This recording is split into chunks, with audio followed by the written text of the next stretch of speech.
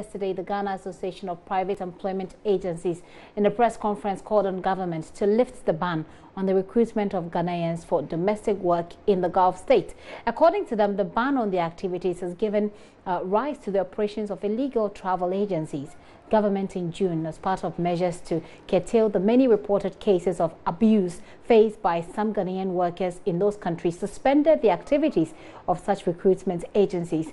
Chairman of the Ghana Association of Private Employment Agencies, Alhaji Said Sharif, however, noted that the suspension of its activities within the past few months has given room for the illegal agencies to take advantage of ordinary Ghanaians. We'll have an extensive discussion on the issue in a bit, but before then, let's play back what the concerns of the Ghana Association of Private Employment Agencies are. We of GAPIA were so worried about the menace of illegal agents that when the new sector minister took office in the NPP administration, we fully briefed him on how to stem the activities of illegal agents.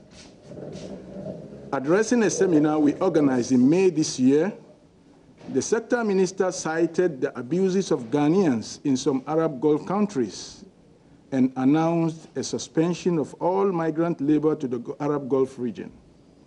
Sadly, it was like throwing the water away with the baby inside.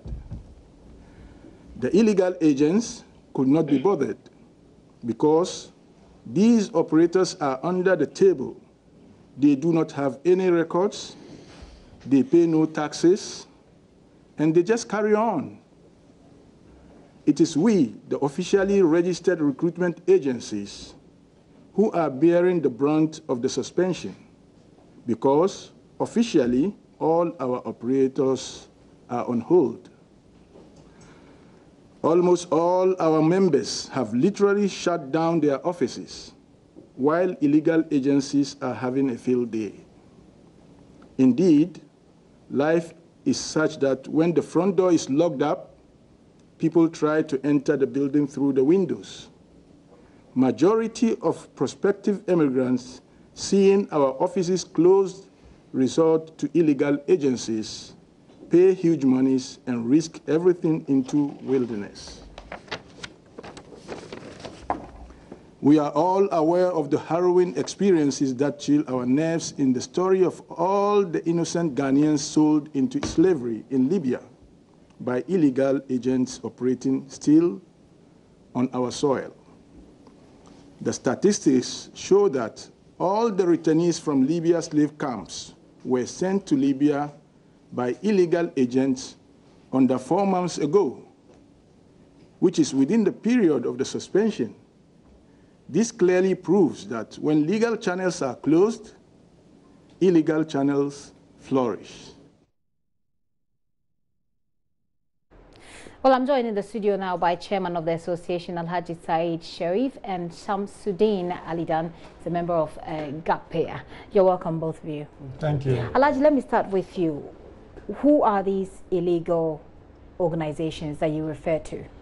Well, they are not an organization. Okay. They are individuals, but they are very, very potent because they operate with impunity and they are overwhelmingly in charge of the market, because we are talking about over 300 illegal operators compared to the licensed agencies that are 54 as at May this year.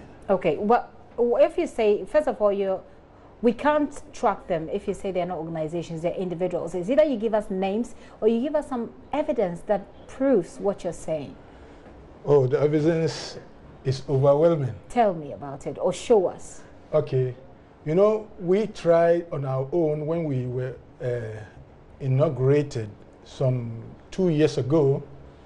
We tried to, organize our own task force because these people that we are talking about, they don't have special, offices. Some of them operate from the roadside.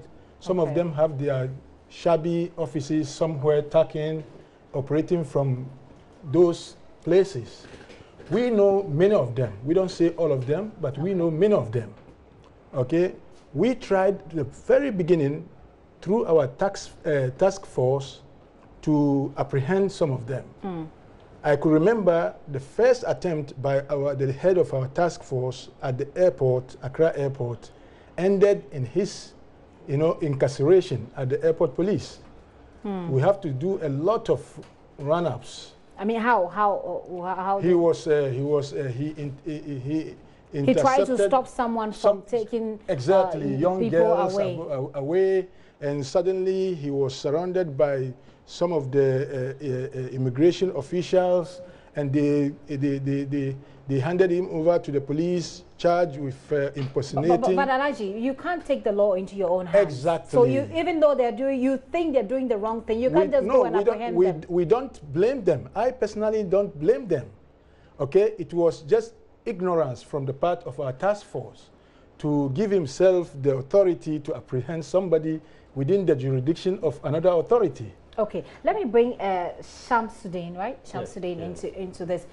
What do you think has been the main contribution of your operations to the Ghanaian economy, or have we made any benefits from organizations like yours so that we should pay so much attention to you in the first place? Very well. In particularly in every economy, we are looking at inflows. Always we talk about the exchange rate rising and whatever it is.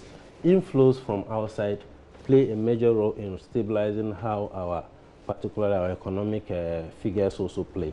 So if you look at how much that comes in, just on that aspect, it's a lot of money. How much that comes in, as in those who go out, house helps, and those who house help, because you see, particularly we focus on house help.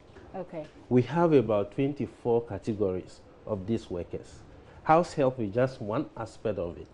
So when we are talking about GAPIA, we are talking about the whole, how do you call it, the sector. So what we are mainly saying is that if just one aspect of the sector is the issue that we are having, then why not us deal with that and leave the others to operate and deal with it? So to come back to what you just asked me, if you start from the processes, one, before the person travels, we do passports, and that also you can look at how much we are gaining through that. We also do the police report, how much the police is gaining through that. And when they are leaving with those, we have to take them through labor. And you have an amount that you have to pay to labor. But it seems that you are making much more of the money than the state is, isn't it? That is how it's assumed. At the end of the day, as a company, you pay taxes. Okay. If I make money, I have to pay taxes. And my company is there, it's registered. I have to renew it every time with the taxes. So you're paying taxes. So we are paying So we taxes. should pay attention to this matter. Yeah. Alhaji, there are numerous reports of how people are being abused. Young ladies from Ghana, young ladies from everywhere are being abused in these Gulf states, and which is the reason the government's ban it. Apart from that, we also know that the illegal thing is there. What has your organization done since we've been reporting? We've been reporting on this for quite a long time. What really did your organization do about these cases of abuse that were reported? Anyway, before going to this question, let me add up to my brother's session. Okay, let's try and make it quick with one about the economy. Let me tell you, remittances from the Gulf alone is about $30 million a month. What's the source of your quotation? It's an authentic source. I mean, what's the source? We need to know. If it's authentic, we need to know what the source is. It's from the major sources. I did not say it. Okay. We heard it from the sources, all right, sources. so you're saying 30 million. 30 million what? $30 million. Okay. Okay? That is what we got from their own sources, the government sources. Now coming back to your point of abuse. About what you did, yes. Let me tell you, all these abuses is not from our members. It's from the illegal operators, the way they operate. None of our of our 32 members has ever been found, to have flouted culpable of any of these offenses. Really? Yes, of course. There was one of our members who was, accused of sending some girls who are suffering, at the place of their work, and he was made to bring those girls back. and he brought them back because that is part of our agreement and our contract with the Labor Department. When he brought them back, surprisingly, the same girls that were said to be suffering told the police here that, who told you we are suffering? Nobody is suffering. We want to go back.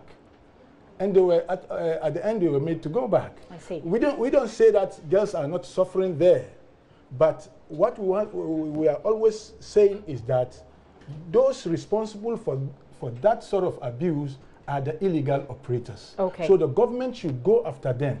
And we brought in how to go after them. Unfortunately, we were not listening to. They were not listening to you. Okay, Alhaji, well, unfortunately, we've run out of time and we have to wrap up here. But have you had any responses? You held your press conference. This was yesterday. Yeah. Have you had any responses so far from government? From the government? Not yet. Not yet. Maybe tomorrow or after tomorrow.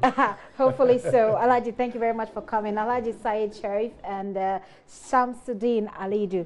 Interesting. Your name is really nice, I must say. They're both of Gapia and they are asking government to lift the ban on this trade of sending people to the Gulf states, and government hasn't yet spoken about it. We're sure to get some responses from them along the line. It's still The Pulse. I'll be right back. Please stay with us.